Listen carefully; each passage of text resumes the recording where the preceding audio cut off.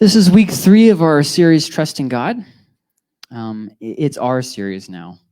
You joined in with this our series, and now you can't get away. Ha ha ha. Sometimes in life, and I'm sure you'll be able to relate to this, but sometimes I feel alone. Not even when there's people around me. Sometimes I still feel alone. Do you ever feel like that? Sometimes I feel like God doesn't care. Do you ever come to a point of feeling like maybe God really doesn't care about me? I know I've come to that place many times in my life. So, sometimes I come to a situation I think God isn't in this. Either it's because I'm in a pit that I dug myself, or I'm in a pit because somebody else dug the pit. Whatever the reason, God isn't in this. He can't possibly work in it. He wasn't behind me getting into this problem. So it's just kind of, but I think that might be a misunderstanding of how God works. First off, we're not talking about this. We're talking about trusting God when we're in those places. But let me just interrupt myself here. Hold on, Michael. Okay. Just to kind of say this, we get into places and we think God isn't in this, but God has a bigger view than we do. And he sees the past and the present and the future, and he just has a way of working through it. And so don't really be too concerned about whether God is in something or not, because God can always come into a situation. And sometimes I reach a place and say, I messed up too big this time. This time it's a lost cause. This time God can't possibly save the day. I know that I have come to those places many times, and I think that most everybody has. I'm sure you all have your own stories. So how do you come to a point of trusting God? We're talking about trusting God, the difference between believing God and believing in God. Well, yeah, I believe in God, but is he who he says he is? The difference between believing in God and believing God. Trusting him, that daily process. How do you possibly come to the point of believing God and trusting God when you feel a million miles away, when we just don't feel into it? You're just not there. You're not into it. When you doubt that God's even there, how do you come to a point of trusting him when you're in that? When you're feeling those things? And here's the big trusting God is not thing. Okay, we've looked at two other things. We're going to look at a third one. The first one we looked at was trusting God is not doing nothing. The idea of, I'm trusting God, so I'm just going to twiddle my fingers. The next one, trusting God is not getting our own way. I'm going to pray what I want, and if God doesn't answer, he's let me down. But tonight we're going to look at the idea trusting God is not feeling. Trusting God is not about what you feel. Our feelings, they don't decide what's true. Our feelings are not reliable. Everybody's going to have feelings. You can't not have feelings, okay? What you do with your feelings is up to you, but you'll never reach a point of not having feelings, okay? When something happens, you're going to have a knee-jerk reaction of anger or fear or whatever. That's just going to happen in life. You can't control feelings. You are alive. It's part of your being is having feelings. You might not like it, especially if you're a guy, but that's still the way that it's going to go. But the thing about those feelings is they're not reliable. They're not trustworthy. They don't decide what's true. They just are. Okay, does that make sense? So let's look at a few things. I'm going to kind of unwrap what I mean by they just are. First off, Psalms 73. So Psalm 73, verse 26 says, "My flesh and my heart may fail." I might have these terrible things happen to me, but God is the strength of my heart and my portion forever. Having a hope beyond the hope of your well-being. Having a hope beyond the hope of you getting your way. There's something eternal about that I think if we can just look to that, we can get to a new level of hope that we've never experienced in life. Psalm 38:10 says this, "My heart pounds, my strength fails me." If anybody's ever had a panic attack, you know exactly what that's like. But even the light has gone from my eyes. And now we get to the next verse, or 4 verses down, or depending how you count it, 5. "Lord, I wait for you, you will answer, Lord my God." I'm going through these terrible things, but you know what? I'm going to trust in you, God. You got this. You're going to answer. And then Romans 10:13 says this, "For everyone who calls on the name of the Lord will be saved." Nowhere in those verses did it talk about feelings deciding what God did or didn't do. It said what is and what isn't. Everyone who calls on the name of the Lord will be saved, regardless of how you feel. "I wait for you, you will answer, Lord my God, no matter how I feel." Even if these things are going on, whether they're physical symptoms or mental symptoms or emotional feelings, whatever, you're going to answer. Back at 73, "My flesh and my heart may fail." No matter how I'm feeling, God is the strength of my heart and my portion forever. there's this idea, and you see it going around quite a bit, that if you have feelings, you don't have faith. Feelings are separate from faith. Feelings are something natural to your body. You are alive, your brain sends chemicals, you're going to feel things. Faith is a choice. You may have anxiety, you may have anger, whatever. Faith goes beyond the feeling. A feeling isn't something that you can pin down and say, okay, now I've controlled myself, I've suppressed enough, I've bottled it all up, and I'll never get angry again. Okay, well, when that lid pops off the bottle and you yell at your kids, don't let me be anywhere near that, because I don't want to hear the anger that'll come forth. And growing up in the church, I always felt like less if I didn't have all the answers, right? If somebody asked me a question I didn't know, that meant that I was somehow less. Growing up in the church, I felt like if I felt fear, I was somehow less. If I ever experienced a moment of doubt, I was somehow less. If you've been alive, you're going to have a moment of doubt. It's going to happen. Now, what you do when that moment comes, that's up to you. You can choose to stand in faith in God, believing God, even though you don't necessarily feel it. Or you can just say, oh, because I feel doubt, I'm going off the deep end. Everybody has feelings. They aren't good or bad, they just are. Even animals have feelings. Animals can't sin. They still have feelings, though. We have feelings. And, no matter, this is a really big point for me, because I remember growing up, I had this idea that if I ever felt anything, it meant somehow that I was wrong somewhere in here. And so there was a lot of guilt. And there's this idea that I can just cease to feel. People do this all the time. They have a pornography addiction, right? They want to get off pornography. I will somehow have complete control. It won't feel good anymore. I'll have no desire to do it. Yeah, okay. Tell me how that goes.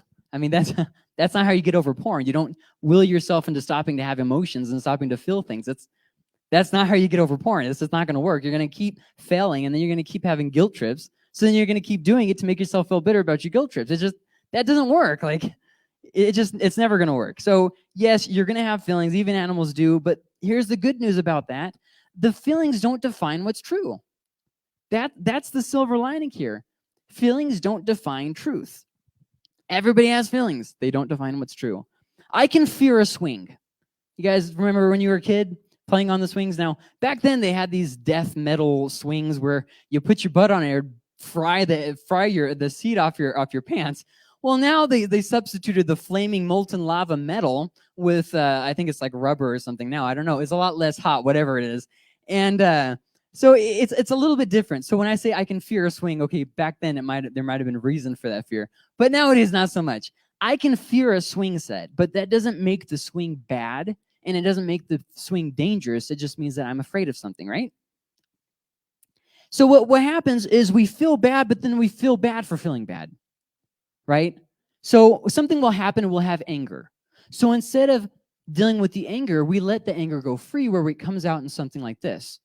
I'm angry, so I get to flip that person off. I'm angry, so I get to hit that person. I'm angry, so I get to cut that person off. See, I have feeling, and so because I have this feeling, that means it is instantly validated. My feelings are instantly validated, which means any action that I do isn't my fault. And that's not true. Feelings, yes, that wasn't your fault. How you feel is not up to you all the time. But what you do with it now, that is up to you. That's a completely different thing. And so we feel bad, and then we feel bad for feeling bad, and then we come something like this. Well, this is the wrong thing to feel. I shouldn't feel angry. I shouldn't feel afraid. I shouldn't feel, okay, I hear what you're saying. Yeah, you shouldn't have, but it's not what should or shouldn't, it's what is. Maybe you shouldn't get angry, and yet you still are. So just admitting that the unfairness of the world isn't going to change anything. Like, okay, I've come to grips. I have an anger problem. I shouldn't have an anger problem. Okay? And like, just because you shouldn't have an anger problem doesn't mean you're suddenly going to not have an anger problem. But this is one of those things that I think Ephesians is kind of talking about when it says, in your anger, don't sin. Because I think that this is what Paul's trying to say. And people sometimes disagree with me. That's okay. We don't all have to think the same thing. But I think it goes along with my point, so I'm going to say it anyways. When you're angry, you have a choice as to whether to sin or whether to not sin. When you are feeling anxious, you have a choice to sin or to not sin. No matter how you feel, it comes down to the point that you have an involuntary thing that happens, you're feeling, and then you have a voluntary reaction to it. When you are having a panic attack, are you going to choose to stand in fear? Or, I'm sorry, choose to stand in faith? When you feel angry, are you going to choose to stand in faith? Or are you going to say, because I feel something, that instantly validates anything that I say or do afterwards? You see the difference there? So we go through this thing of, I want to get over my anger by no longer feeling anger. That's not how you get over anger. You get over anger by learning self-discipline, by learning how to properly vent your anger. Like instead of spewing whatever nonsense comes out, maybe close your mouth and go for a walk. Have you ever tried that? When you're angry, just go for a walk instead of yelling at the person you're angry at? It kind of goes a lot better. And I'm going to be honest, I think that your family would really appreciate it if you'd walk more instead of talk more. I'm just throwing that out there. When kids are kind of sensitive about these kinds of things. And when you yell at them, they kind of happen to remember it. But, that's neither here nor there. Okay, so you will feel anger. Everybody's clear on that? All right. You will feel sadness. You will feel grief.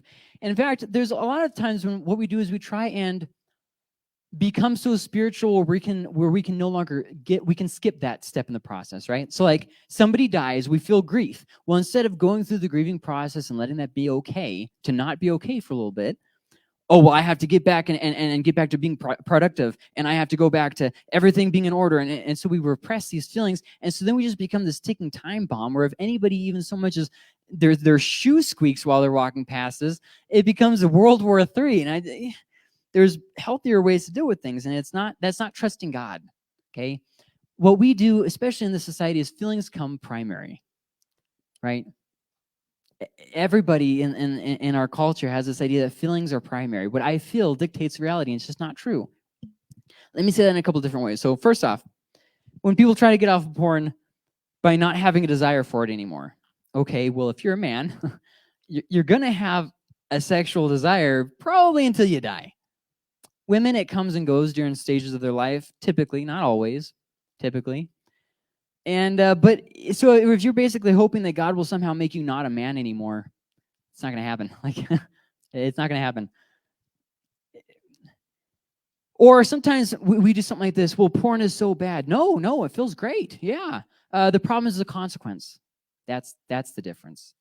We're not able to distinguish things. And that's actually part of the problem why people can't get over porn addictions, because they're thinking about the immediate relief, the now. I feel sad. I feel whatever. I feel sexually. So I'm going to do this, and it's okay because that's how I feel right now. But if we think more long-term, I think that would kind of help. And this is what trusting God is really about. Think more long-term. We suffer now, right? We are groaning in our bodies. We're hoping for the day of the day of hope, the day when we are united with Christ. We no longer carry these things anymore. We look forward to that great time. But it's not an instant thing, is it? I'm saved, so no more pain. Oh, no, it's still there. See what I mean? But instead, trusting God is about seeing the long term, okay? It won't always be like this. I have a hope that goes beyond the grave. With porn, yeah, porn feels great at the moment, but the consequences, the feeling of brokenness, the hurt that you bring into your relationships, even with people who don't even know, and your kids, your siblings, it affects everybody in your life. It changes your attitude. It changes the way you think. It makes sex with your spouse less satisfying. It affects every area of your life. It's disastrous, but it feels good at that moment. See, that's all we think about is that moment. We don't think about the consequences. So we try harder, but then we don't get accountability. I can do this on my own. I can have enough faith to just get over all my demons. Okay. I kind of thought that Paul and Jesus talked a lot about, the body and working together and finding strength in one another. But I mean, I guess we could try this whole solo thing. I mean, hey, it didn't work last time or the last 500 times I tried to get off of porn, but maybe this time. So we fail, we feel worse. And then we have our time of mourning. Oh, I'm such a loser because I messed up again. And then we go again. No, this time I'll do it. And we get real excited and worked up. And I'm going to get it this time. ooh-wee, and then we mess up again and we feel like a dumpster again. You see what I mean? And we go through this process. Let me ask a very simple question. Where is trusting God in that process? Where is trusting God in that process? Where is looking to the God of comfort in any of that? Where's looking to God for strength in any of that? It's just an endless cycle of repetition of trying to be better, and you never are able to achieve it. It's all about how I feel. And there's two very important things here. First off, feelings don't justify what action you should take. Well, I only pray if I feel like it. If the Spirit is really on me, then I'm going to pray. I'm only going to worship if I really feel the Spirit moving. And don't do that. It breaks the Spirit. When did prayer and worship ever become about how you feel? Prayer and worship became about the character of God and His goodness. I pray not because I feel like it. I pray because there's an all-powerful God who is in control. I worship because God deserves it. Yes, there are good things that happen to me when I pray and worship. That's not why I do it. You understand the difference there? Feelings don't justify your actions. Well, I'm angry at my spouse. Does that mean you can hit your spouse? Feelings don't justify an action. Just because you feel something doesn't mean you should do something. See the difference there between what you feel and what you do? And we do everything by what we feel. It's okay for me to cheat on my wife because she hurt me and she hasn't done anything to rectify it, and I'm just sick and tired of her attitude. And so it's okay because I feel so hurt and betrayed. What? How does your feeling justify that action? It doesn't. It doesn't. Feelings also don't justify your belief. God doesn't care because, I really feel like He's not there. So therefore, God doesn't care. Oh, I thought God's promises were as He said them. I didn't know that they were conditional on how I felt about His promises. Just because I'm afraid of the dark doesn't mean that the dark is bad or scary. If I can go outside when the sun has gone down, it doesn't mean that there's going to be a monster out there just because I'm afraid that there's a monster out there. See, my feelings don't justify belief. Well, I feel like there could be a monster outside in the dark. I feel that is true. So should I believe just because I feel something? See, your belief has to transcend your feel. Does that kind of make sense? So in other words, you come to a situation in your life, this is a hopeless situation. No. There is no such thing as a hopeless situation with God. God doesn't care about me. I know because no. This is what God says.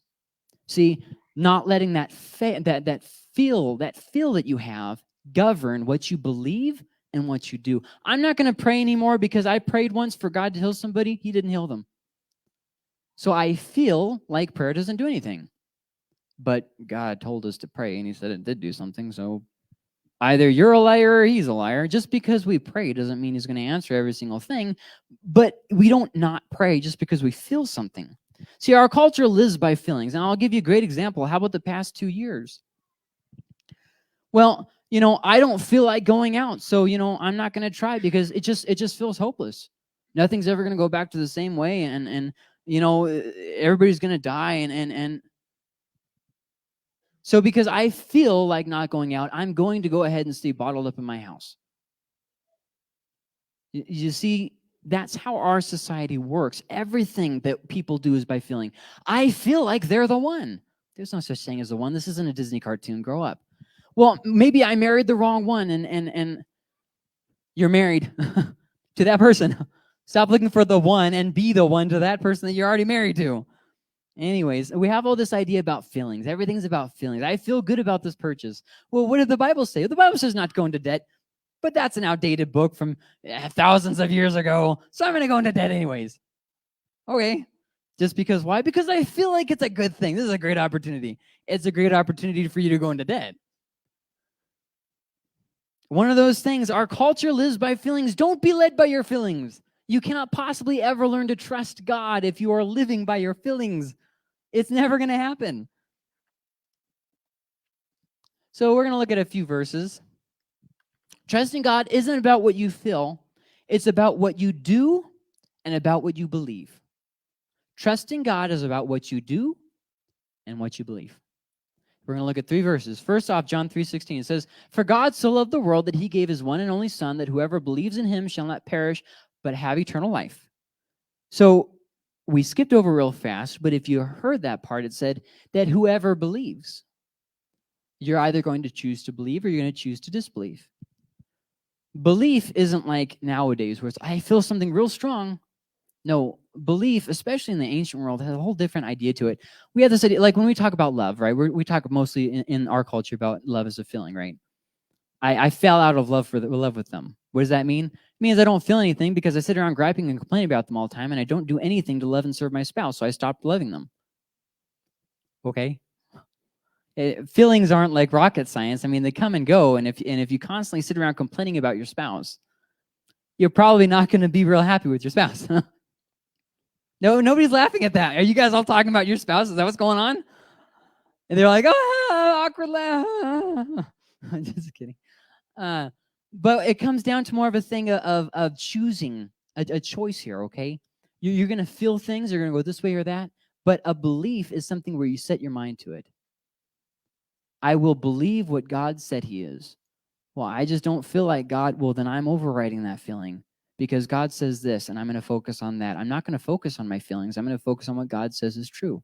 My feelings say God doesn't care that he left. He left this fight. It was a losing fight, but that's not what he said.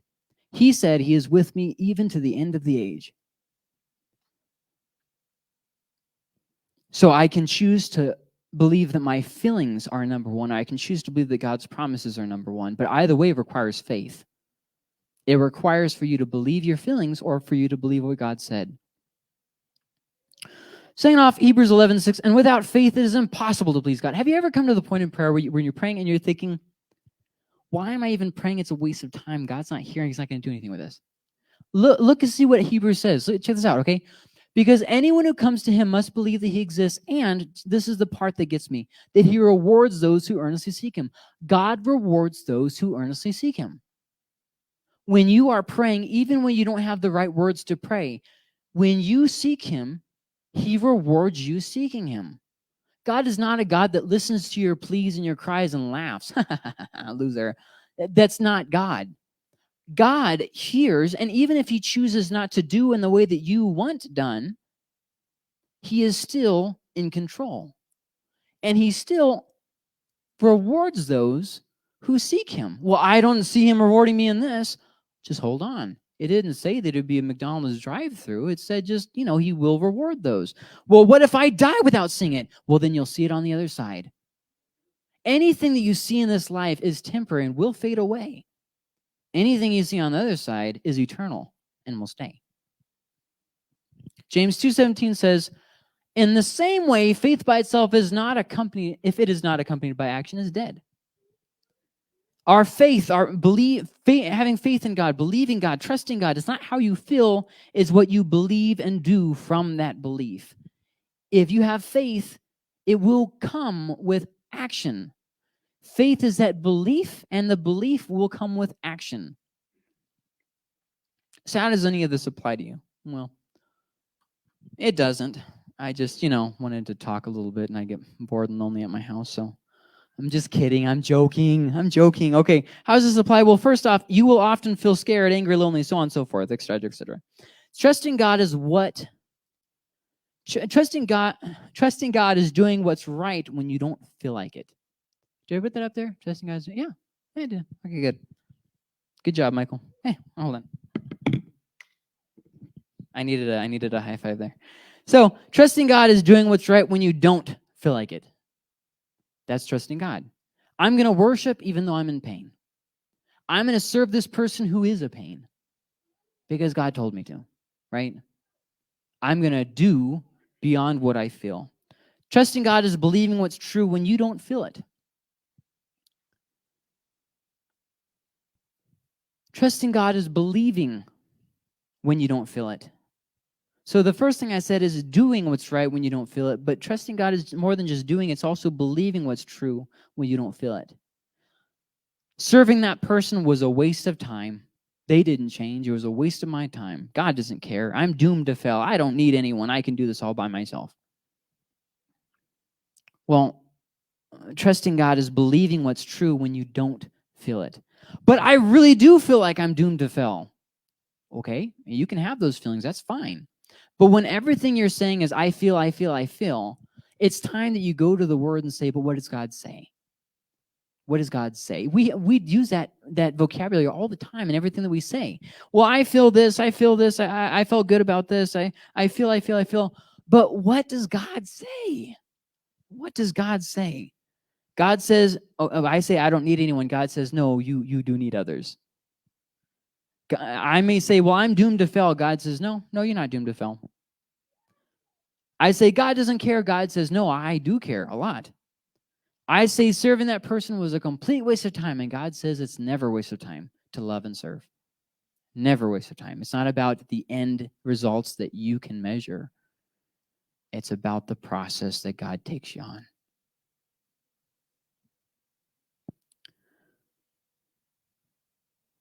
Don't let feelings dictate what you do and what you believe. Don't let your feelings dictate what you do and what you believe. Well, we're talking about believing God. Well, how do I believe God? How do I move from believing in God? And God's out there, he loves me or whatever, whatever. Doesn't really survive when the rubber meets the road. But believing God, I don't know if I can do that. It requires that I read the Bible and pray and actually, believe these things and stand on them. I don't know if I can do that. Well, how do I do that? You separate what you feel by what you believe and what you do.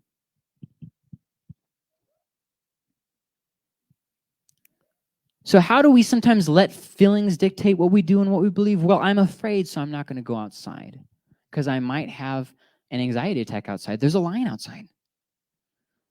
Well, I'm disappointed, so I'm not going to believe what God said because, he really let me down in the past. I'm not going to pray because it just didn't really. Well, he didn't answer me last time. Why would he do it this time? Those are some of the ways that we let our feelings dictate what we do and what we believe. God has called us to be a people who do and who believe. And there are people, even here with us tonight, I am one of them, who will never have your feelings in control. You will be a hot mess for the rest of your life. It's all right. It's okay. God can still use hot messes. Totally fine. You don't have to have all your feelings in order for God to use you in a big way. Because at the end of the day, he told you to believe and to go. He didn't tell you to feel everything perfect. So maybe you feel like you're too big of a screw up. Heck, maybe you are a big screw up. I don't know, but God can still use the biggest screw up. What you are is completely beside the point of what God can and cannot do. And so you may feel like this or you may feel like that, but God goes beyond our feelings. Lord, I thank you for who you are and for what you've done, Lord. Help us to stand in what you've said and to take hold of those promises rather than taking hold of our feelings. We live amongst people, and we ourselves are people who put what we feel before everything else. We justify all manner of things. Not being faithful, cheating, lying, just because we feel something. Lord, help us to stand instead and to do instead according to what you say. That we can truly cross between believing in God to believing God. That we can become a people who really hold on to who you say you are. And that the storms that come by wouldn't take our eyes from that.